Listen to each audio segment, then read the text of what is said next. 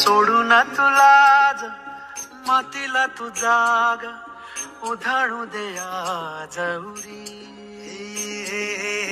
उजाडू दे आज साकड हे माग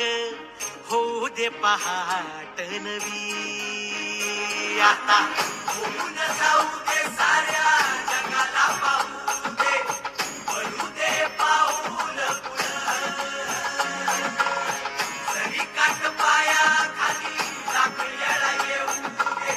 पडू दे पाऊल मोठी लढाई लढू मातीसाठी गड्या मनकटाच जोर लावून दाटला जरी अंधार